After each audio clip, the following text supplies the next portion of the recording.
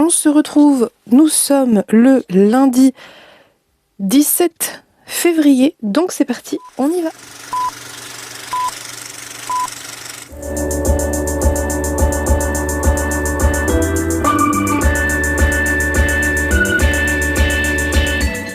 On se retrouve donc pour l'introduction d'un nouveau vlog, encore une fois dans mon nouveau décor, parce que c'est bien plus facile comme ça, vu que c'est dans ma chambre, c'est beaucoup plus calme.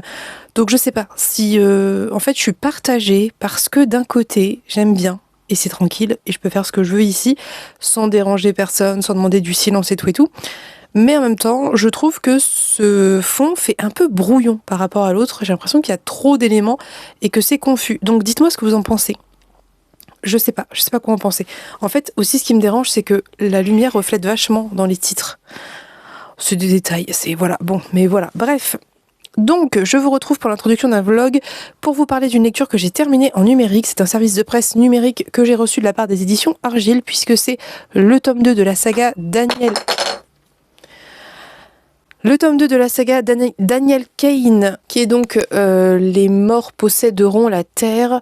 C'était bien trop cool, j'ai beaucoup aimé. Alors c'est très court, hein, ça fait partie des novellas du label Récif de chez Argile, donc c'est un format à 140 pages, quelque chose comme ça. Mais c'était vraiment très très cool parce que dans ce deuxième tome, on apprend un peu plus à connaître les personnages, ce qui était très appréciable. Et je pense que c'est pour ça que j'ai un petit peu préféré le deuxième, même si le premier a un côté un peu plus horrifique. Ce deuxième tome était plus sympa, en tout cas dans la connaissance des personnages et dans le développement des relations.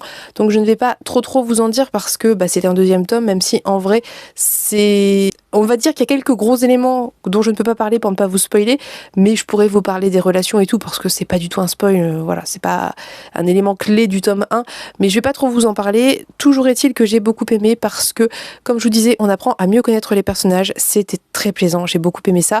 On a une nouvelle aventure, une nouvelle histoire qui est la suite logique du premier, donc c'est vraiment une suite, c'est pas un tome compagnon, mais en même temps qui repart un peu de zéro par certains aspects, et ça c'était très très cool.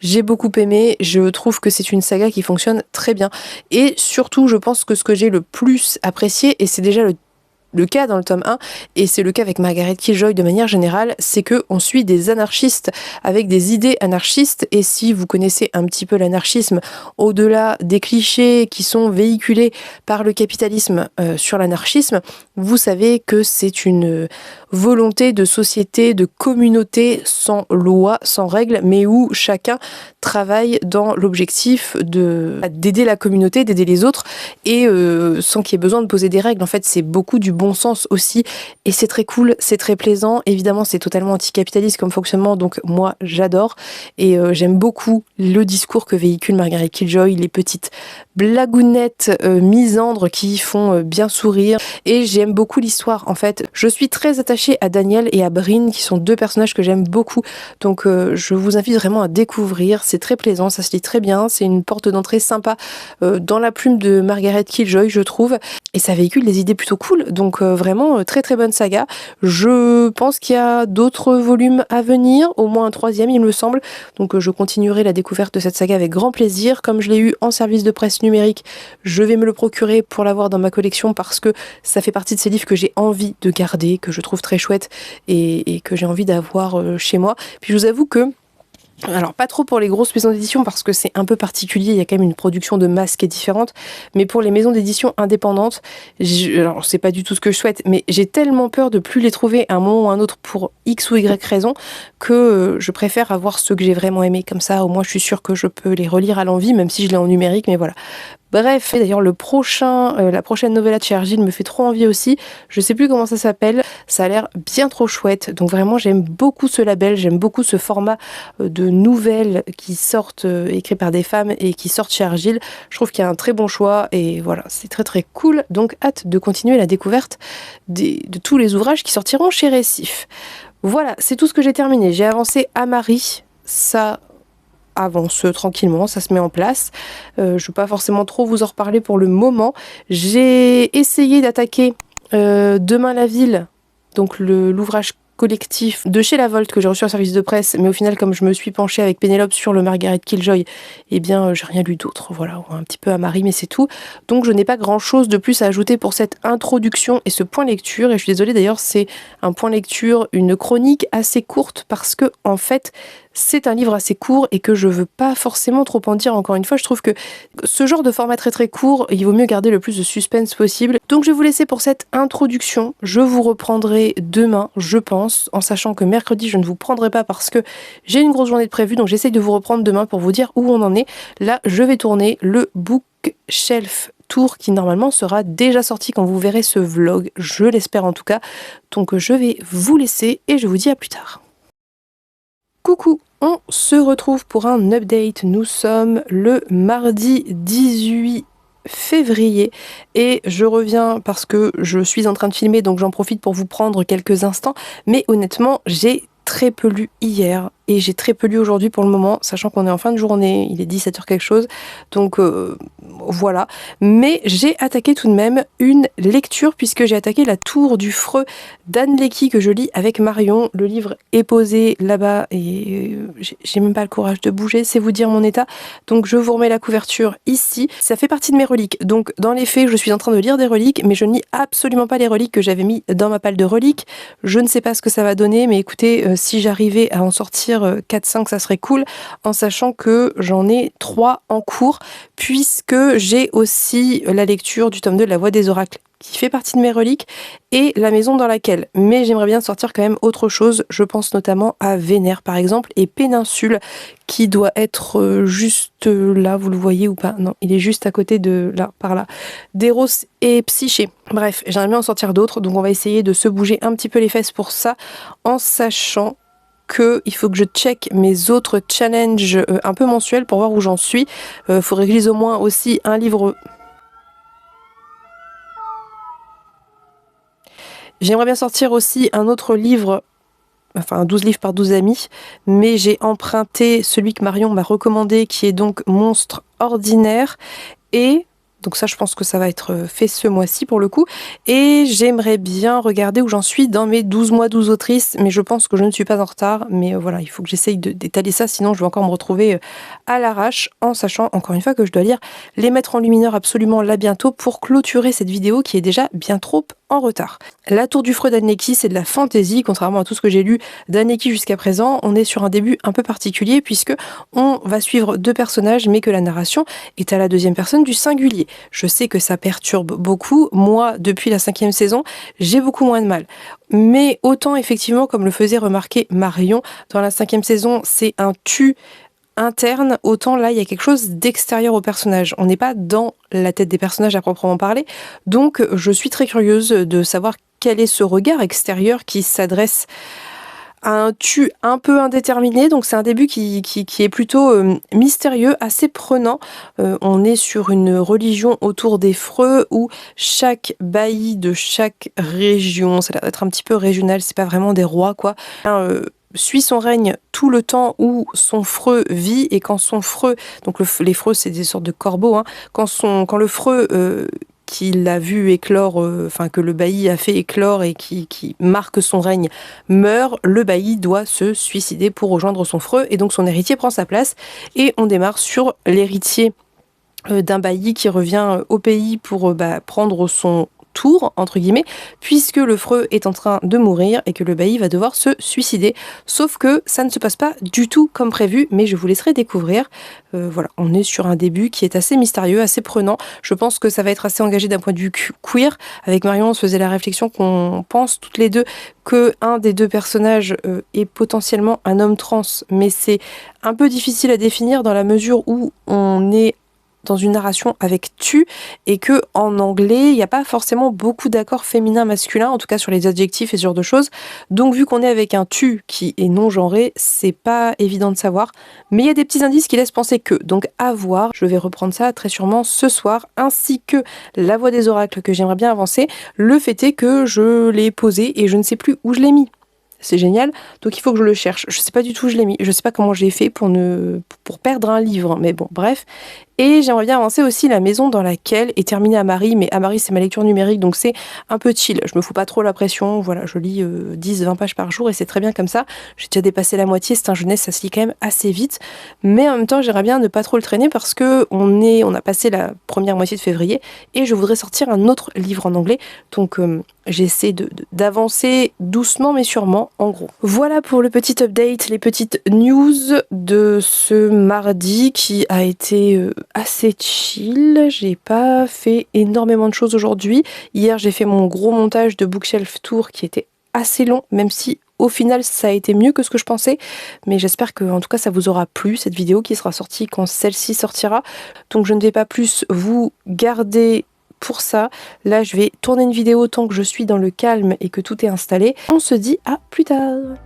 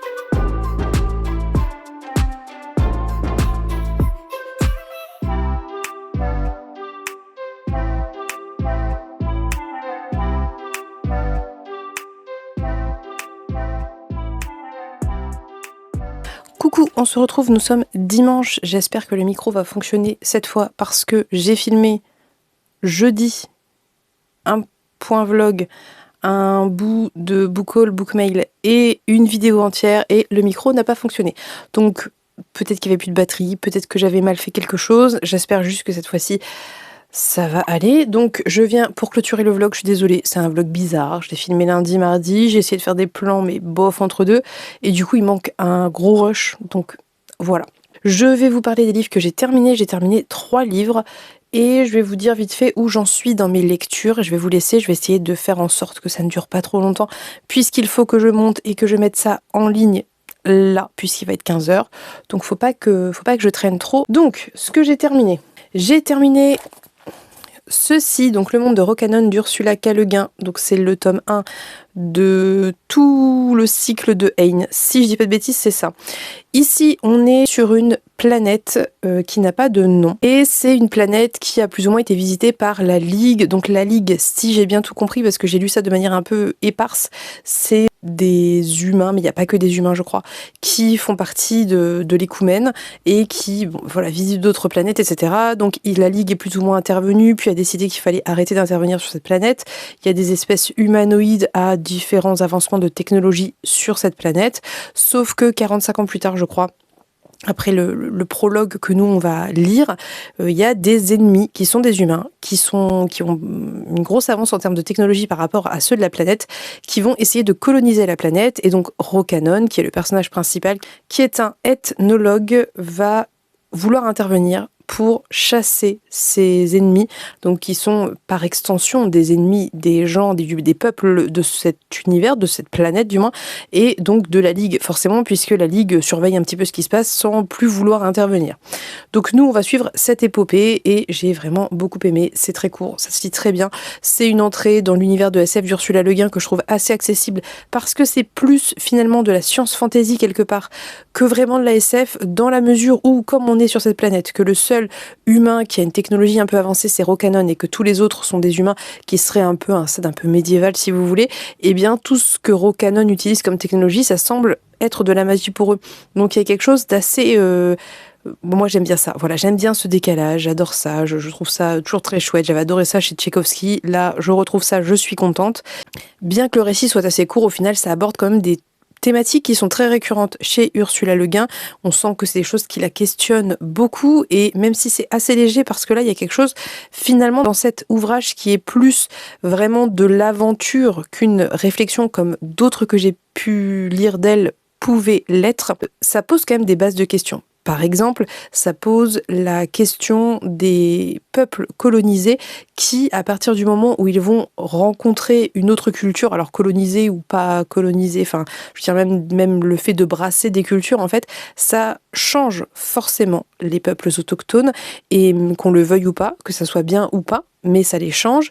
Et on parle de cette espèce d'entre-deux où finalement on n'est pas tout à fait comme ceux qui sont venus, les nouveaux, mais on n'est plus comme ce qu'on était. Et ça, c'est une question qui est posée, que moi j'aime beaucoup, que je trouve très intéressante, et que je trouve d'autant plus pertinente que, même si là c'est dans un contexte un peu particulier, de manière générale, c'est quelque chose d'assez intéressant de se demander ce qu'apporte en bien ou en mal les personnes qui arrivent quelque part, en fait, que ce soit dans un esprit de colonisation ou pas, ça peut ne pas l'être aussi, et c'est une question qui est souvent posée en SF, je trouve, dans ce type de SF en tout cas, et que je trouve essentielle. Et à chaque fois, enfin, dans ce que j'ai pu lire d'Ursula Le Guin, il y a des réponses différentes. Là, je vous dis, il y a moins de réponses, c'est plus léger en termes de questionnement, mais ça restait assez intéressant.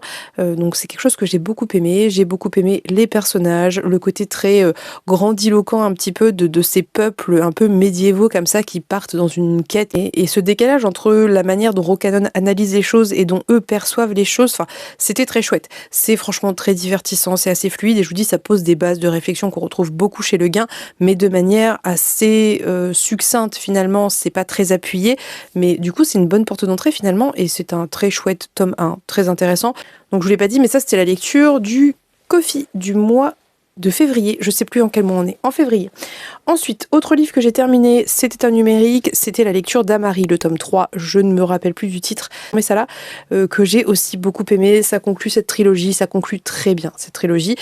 C'est du middle grade, c'est du bon middle grade, je trouve. Ça va assez vite, il y a un côté parfois résolution un peu facile, mais si vous aimez, et je sais qu'il y en a beaucoup parmi vous, lire des livres avec vos enfants, genre 8, 9, 10 ans, que vous aimez bien faire ce type de lecture où on se lit chacun des chapitres et tout, franchement, c'est super, parce que ça vous plaira, je pense, en tant qu'adulte, par les messages véhiculés, et ça plaira aux enfants, potentiellement par les messages véhiculés d'une part, mais aussi pour l'histoire en elle-même, qui est en fait assez prenante. Je pense que je vous l'avais déjà fait, je vais juste vous la faire en version très très courte et ne pas évoquer ce qui se passe ensuite. En gros, on suit Amari, qui est une préadolescente, je crois qu'elle a 12-13 ans, noire, pauvre, qui vit toute seule avec sa mère qui est infirmière, je crois, elles sont assez pauvres, elles vivent dans un quartier assez pauvre toutes les deux, et elles font leur vie. Amari est dans une école plutôt huppée, elle a eu, je crois, une bourse d'études, donc elle fait partie de ce quota de pauvres qu'on accepte chez les riches, et c'est pas forcément facile pour elle, parce que elle est noire, parce qu'elle a pas les bons habits, parce que voilà, donc elle subit des trucs pas toujours très très sympas de la part des autres, et surtout, depuis quelque temps, quand on commence le tome 1, son frère a disparu. Ce qu'elle ne sait pas, mais qu'on va apprendre très très vite, c'est que son frère fait partie d'un monde parallèle d'individus supernaturels. En gros, il y a une espèce d'agence qui s'occupe de cacher tout ce qui a rapport à la magie et aux êtres surnaturels aux yeux des humains lambda. Et donc Amari, par invitation de son frère avant qu'il disparaisse, je vous laisserai découvrir les tenants et aboutissants, va rentrer dans ce monde, et donc tout son objectif, c'est de retrouver ce frère qu'elle adore. Je crois qu'il a une dizaine d'années de plus qu'elle, donc lui c'est un adulte, et c'est un peu la grande quête finalement d'Amari.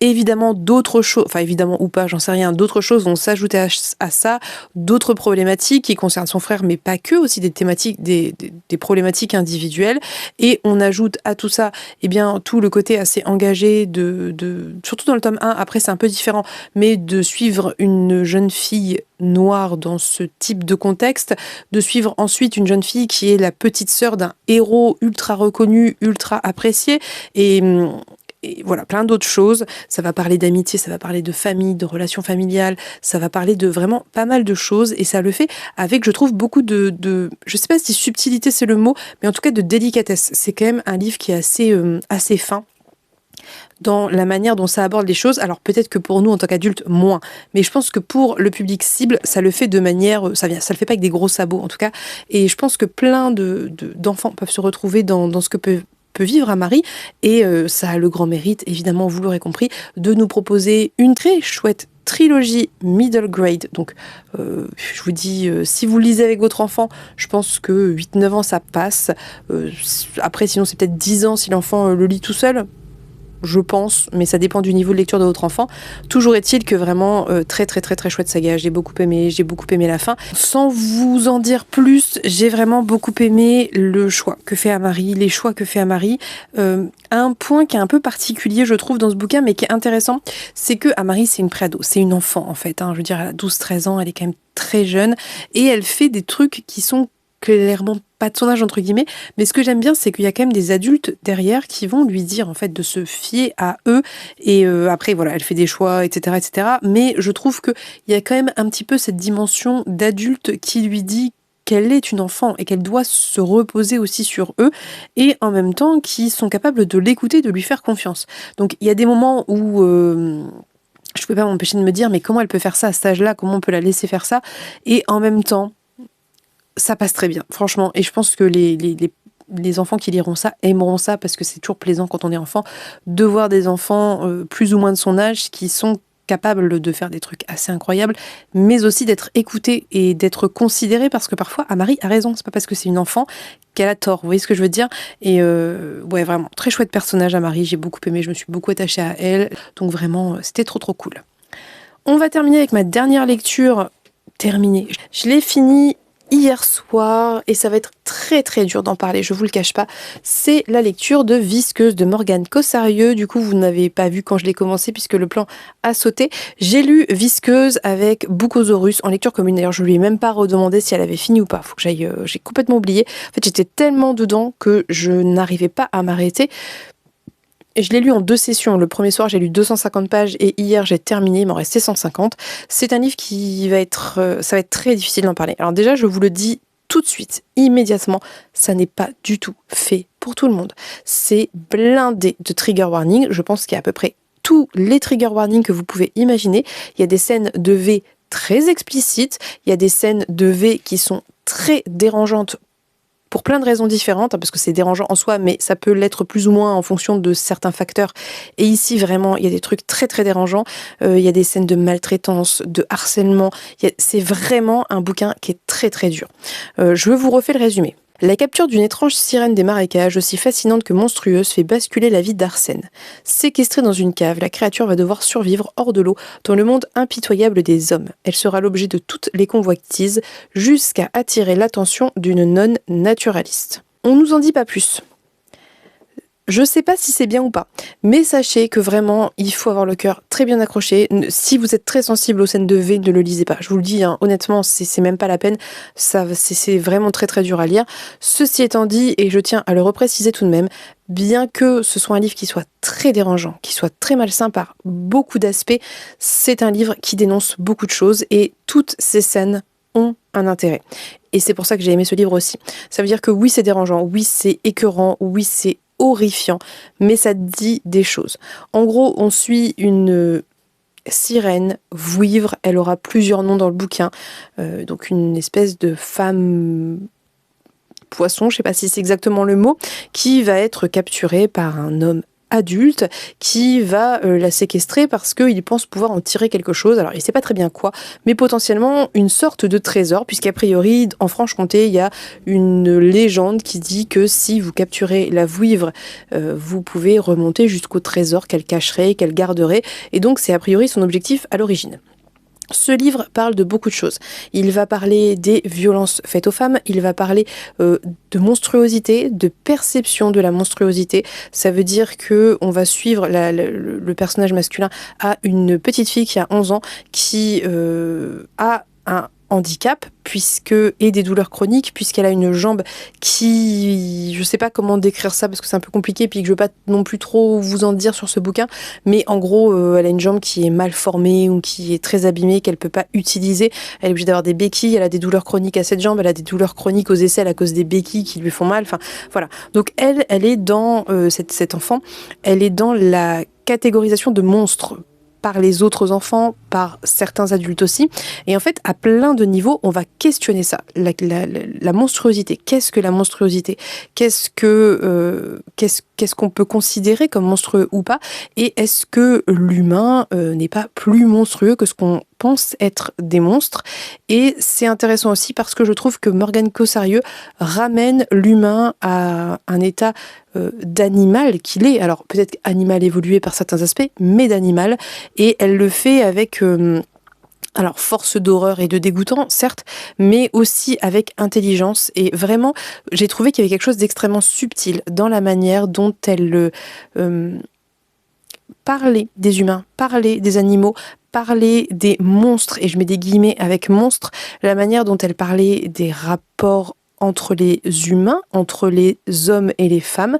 Vraiment, c'est un livre où il y a 1000 complexités dans les rapports, il y a 1000 complexités dans la perception qu'on a des autres individus, qu'ils soient animaux ou humains, dans les rapports aussi entre femmes. Bref, c'est un livre qui est éminemment dérangeant, mais aussi parce qu'il est juste, en fait. Il est vrai, il est réaliste. Ce qui se passe dans ce livre, malheureusement, c'est la réalité. C'est certes, il y a une espèce de dimension presque un peu fantastique, mais dans tout ce côté un peu fantastique, presque paranormal, en fait, c'est beaucoup, beaucoup de réel. Beaucoup de choses qui existent. Et ce personnage d'Arsène est un personnage qui est extrêmement représentatif, je pense, des hommes, de la masculinité toxique, voilà. C'est très très dur, hein. Franchement c'est très très dur. Il y a vraiment des passages qui sont très au-delà de révoltants, qui sont voilà, qui m'ont je sais pas vous dire dans quel état ça m'a mis. C'est plus que de la colère, c'est autre chose que de la colère en fait. Bref, c'est très particulier, mais c'était aussi paradoxalement extrêmement doux par d'autres aspects, et notamment par la sororité. C'est un aspect que j'ai vraiment beaucoup aimé. J'ai aimé le rapport qu'il y avait entre les femmes, j'ai aimé la manière dont elles se comprenaient sans forcément avoir à parler parfois. Il y avait des modèles qui étaient interrogés, il y avait différents parcours de vie de femmes et d'émancipation. Il y avait, enfin, je sais pas comment vous dire, c'est particulier parce que je vous dis, c'est à la fois l'histoire est assez simple à suivre, il n'y a rien de complexe, et en même temps, si vous commencez à réfléchir à ça, à ce que vous avez lu, vous vous rendez compte d'à quel point Morgane Kossarieu a tissé quelque chose d'extrêmement serré, entremêlé, intelligent, complexe, vrai, dérangeant, mais réaliste. Et c'était une lecture que j'ai trouvée de très grande qualité, tout en étant vraiment très dure et tout en étant horrifiante. Et je l'ai déjà dit, vous l'aurez compris, mais je tiens vraiment à ce que vous ne lisiez pas ce livre si ce genre de choses vous heurte, parce que je vous garantis que j'en ai lu des scènes de V, j'en ai lu des trucs qui étaient gore, hardcore et tout ce que vous voulez, mais ça se pose là quand même. Et faites attention, parce que en plus c'est répété, c'est pas juste une scène que vous pouvez skipper, c'est parfois aussi beaucoup plus insidieux que du descriptif. Parfois c'est dans la suggestion, il y a des passages qui sont extrêmement dérangeants, qui vous foutent le frisson, où il se passe rien, mais dans ce qui est suggéré par les pensées des personnages, par leur façon d'être, etc. Voilà, voilà, c'était très très dur. Je pense qu'il y a, je vous dis encore une fois, à peu près tous les trigger warnings que vous pouvez imaginer dans ce bouquin, et c'est pas édulcoré, et il faut être prêt, je pense, pour lire ça, mais ça parle vraiment très bien de domination masculine. Je pense que je vous en ai suffisamment dit. Si vous voulez y aller, sachez à quoi vous attendre. Mais si vous avez le cœur bien accroché, que vous voulez lire quelque chose d'intelligent, d'extrêmement bien écrit, de très très engagé, c'était une lecture qui était géniale. Mais c'est dur de dire ça d'un livre aussi violent. Bref, donc j'ai lu Visqueuse, j'ai Les Nouveaux Déviants à lire. Apparemment, c'est pire. Alors je sais pas qu'est-ce qu'on peut qualifier de pire ou pas, ça dépend de chacun. Je lirai les autres ouvrages de Morgane Kossarieu, parce que je pense que c'est une autrice qui a beaucoup de choses à dire et qui a un univers qui est très particulier, très punk. Je trouve qu'elle le fait bien en fait. J'ai jamais eu le sentiment, ou alors je me rappelle pas, qu'il y avait vraiment juste du dégueu pour du dégueu, juste du... Vous voyez, j'ai vraiment eu cette impression quand je lisais que ça avait un sens si c'était là, et parfois un un sens qui apparaît pas immédiatement mais qui apparaît dans le long terme. Je vais arrêter là, je pense que vous aurez compris. Je ne vais pas revenir sur mes lectures en cours, on en reparlera la semaine prochaine dans le vlog prochain parce que sinon ça va être beaucoup trop long et que j'aimerais bien que ça dure pas plus. Ça fait déjà 20 minutes que je tourne, donc je vais vous laisser pour cette vidéo. N'hésitez pas à me dire si certains des livres dont j'ai pu vous parler vous font envie d'une façon ou d'une autre. N'hésitez pas à me dire si vous seriez tenté par la lecture de Visqueuse avec toutes les précautions que j'ai pu vous donner. Et puis on se retrouve dans tous les cas mardi pour une vidéo. Et je pense que c'est tout. Voilà, je vous souhaite une très très belle semaine, je vous fais de très gros bisous et on se dit à mardi. Du coup, bye bye!